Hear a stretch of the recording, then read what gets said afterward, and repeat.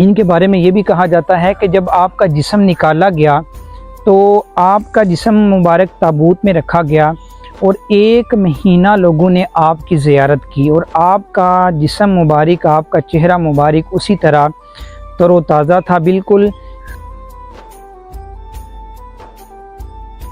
بسم اللہ الرحمن الرحیم۔ السلام علیکم ورحمۃ اللہ وبرکاتہ۔ کیسے ہیں تمام میرے بھائی اور بہنیں؟ امید کرتا ہوں کہ آپ لوگ سارے خیر وافیت سے ہوں گے۔ میں ہوں حافظ محمد بلال۔ آج ہم لوگ ضلع گجرات کے بالکل قریب جلال پور جٹا سے ایک آگے گاؤں ہے، یہاں پہ موجود ہیں۔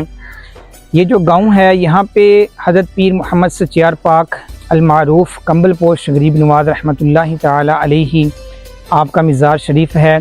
ابھی ہم لوگ آپ لوگوں کو مزار شریف کا اندرونی اور بیرونی منظر دکھائیں گے، لیکن سب سے پہلے آپ لوگ بیرونی منظر دیکھیں۔ یہاں پہ ہمیں ایک بہت ہی پرانا اور بڑا درخت دیکھنے کو ملتا ہے۔ یہاں پہ بہت ہی زیادہ چڑیاں اور پرندے بیٹھے ہوئے ہیں۔ چڑیوں کی چہچہانے کی آوازیں بہت زیادہ آ رہی ہیں، اور یہ جو درخت ہے اس کا نام ہے بوہڑ کا درخت۔ اس کی جڑیں بہت زیادہ پھیلی ہوئی ہیں۔ اس کے ساتھ ساتھ ہمیں ایک بہت ہی نایاب چیز دیکھنے کو ملی، وہ یہ تھی کہ بڑے عرصے کے بعد جب لوگ پہلے زمانے میں فریج نہیں ہوا کرتے تھے تو لوگ پانی ٹھنڈا کیسے کیا کرتے تھے کہ لوگوں کے پاس اس طرح کے گڑھے ہوتے تھے، تو لوگ ان میں پانی رکھا کرتے تھے، پانی ٹھنڈا ہو جاتا تھا تو لوگ پانی پینے کے لیے استعمال کیا کرتے تھے۔ تو ایک پرانے وقت کی یاد تازہ ہوئی۔ دوسرا یہ انہوں نے اس لیے رکھا ہوا ہے تاکہ لوگ پانی یہاں سے ٹھنڈا پی سکیں آسانی سے، اور اوپر یہ برتن بھی رکھا گیا ہے پانی پینے کے لیے، اور اس کا نام ہے گڑھا۔ گڑھے کے گرد انہوں نے کچھ پھول بھی رکھے ہوئے ہیں۔ اس کے ساتھ آپ دیکھ سکتے ہیں کہ دربار شریف کے قریب یہ کافی زیادہ مزارات بنائے گئے ہیں، اور یہ جتنے بھی مزارات بنائے گئے ہیں یہ سارے حضرت پیر سچیار پاک المعروف کمبل پوش غریب نواز رحمۃ اللہ تعالی علیہ آپ کی آل اولاد میں سے ہیں، اور کافی زیادہ تعداد میں تقریباً دونوں سائیڈ پہ دربار شریف بہت زیادہ بنائے گئے ہیں۔ تو ابھی ہم لوگ چلتے ہیں دربار شریف کے اندر، آپ لوگوں کو دربار شریف کا اندرونی منظر بھی دکھائیں گے، اور اس کے بعد ہم لوگ آپ لوگوں کو بیک سائڈ پہ اس کا بیرونی منظر بھی دکھائیں گے۔ ابھی چلتے ہیں اندر دربار شریف کے۔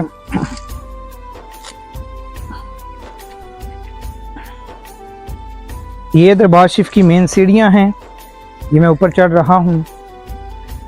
السلام علیکم۔ یہ میں دربار شریف کے بالکل قریب پہنچ چکا ہوں۔ یہ ہے آپ کا دربار شریف، حضرت پیر محمد سچیار المعروف کمبل پوش رحمۃ اللہ تعالی علیہ، یہ آپ کا دربار شریف ہے، مزار اقدس ہے آپ کا۔ یہاں پہ کچھ آیات بھی قرآن لکھی گئی ہیں، الا ان اولیاء اللہ لا خوف علیہم ولا هم یحزنون، کہ اللہ تعالیٰ کے دوستوں پر نہ تو کوئی اندیشہ اور نہ ہی وہ غمگین ہوں گے۔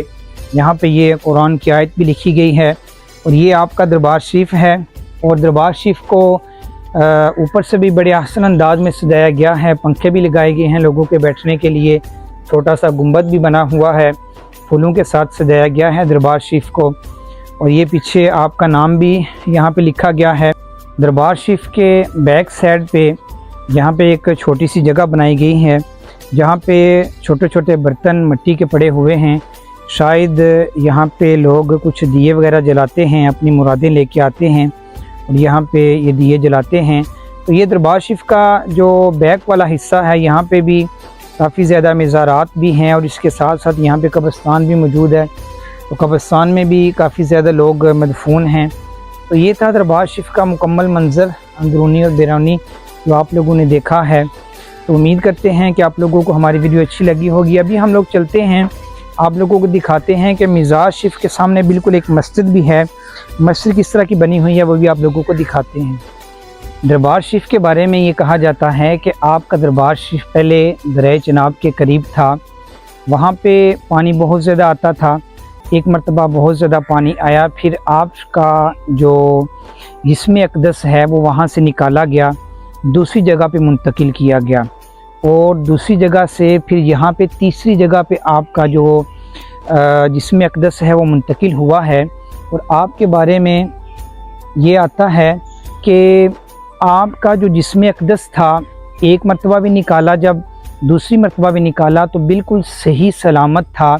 اسی لیے یہاں پہ لکھا گیا ہے کہ الا ان اولیاء اللہ لا خوف علیہم ولا هم یحزنون، اور ان کے بارے میں یہ بھی کہا جاتا ہے کہ جب آپ کا جسم نکالا گیا تو آپ کا جسم مبارک تابوت میں رکھا گیا اور 1 مہینہ لوگوں نے آپ کی زیارت کی، اور آپ کا جسم مبارک، آپ کا چہرہ مبارک اسی طرح تر و تازہ تھا، بالکل چہرے میں بالکل ایک خراش تک بھی نہیں تھی، اور بالکل جسم صحیح اور سلامت تھا، اور آپ کا جسم اطہر نکالا گیا۔ اور ابھی ہمیں یہاں پہ ایک ماں جی ملے، انہوں نے بتایا کہ 1 مہینہ لوگوں نے آپ کی زیارت کی، اتنے لوگ آئے تھے یہاں پہ۔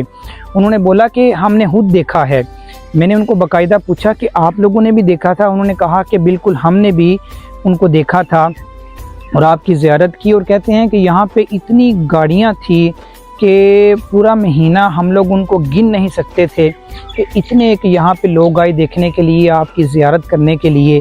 تو یہ آپ کے بارے میں سارا کچھ کہا جاتا ہے، اور یہ آپ کا اب تیسری جگہ پہ دربار شریف بنایا گیا ہے، اور اللہ تبارک و تعالیٰ کے اتنے نیک اور برگزیدہ بندے تھے، اور اولیاء اللہ کا جو آپس میں تعلق ہوتا ہے ان کی وجہ سے ہی کسی نے کہا تھا کہ آپ کی لوگ اس طرح 2-3 مرتبہ زیارت کریں گے تو پھر آپ کی لوگوں نے زیارت کی ہے اور آپ بالکل صحیح سلامت رہے ہیں۔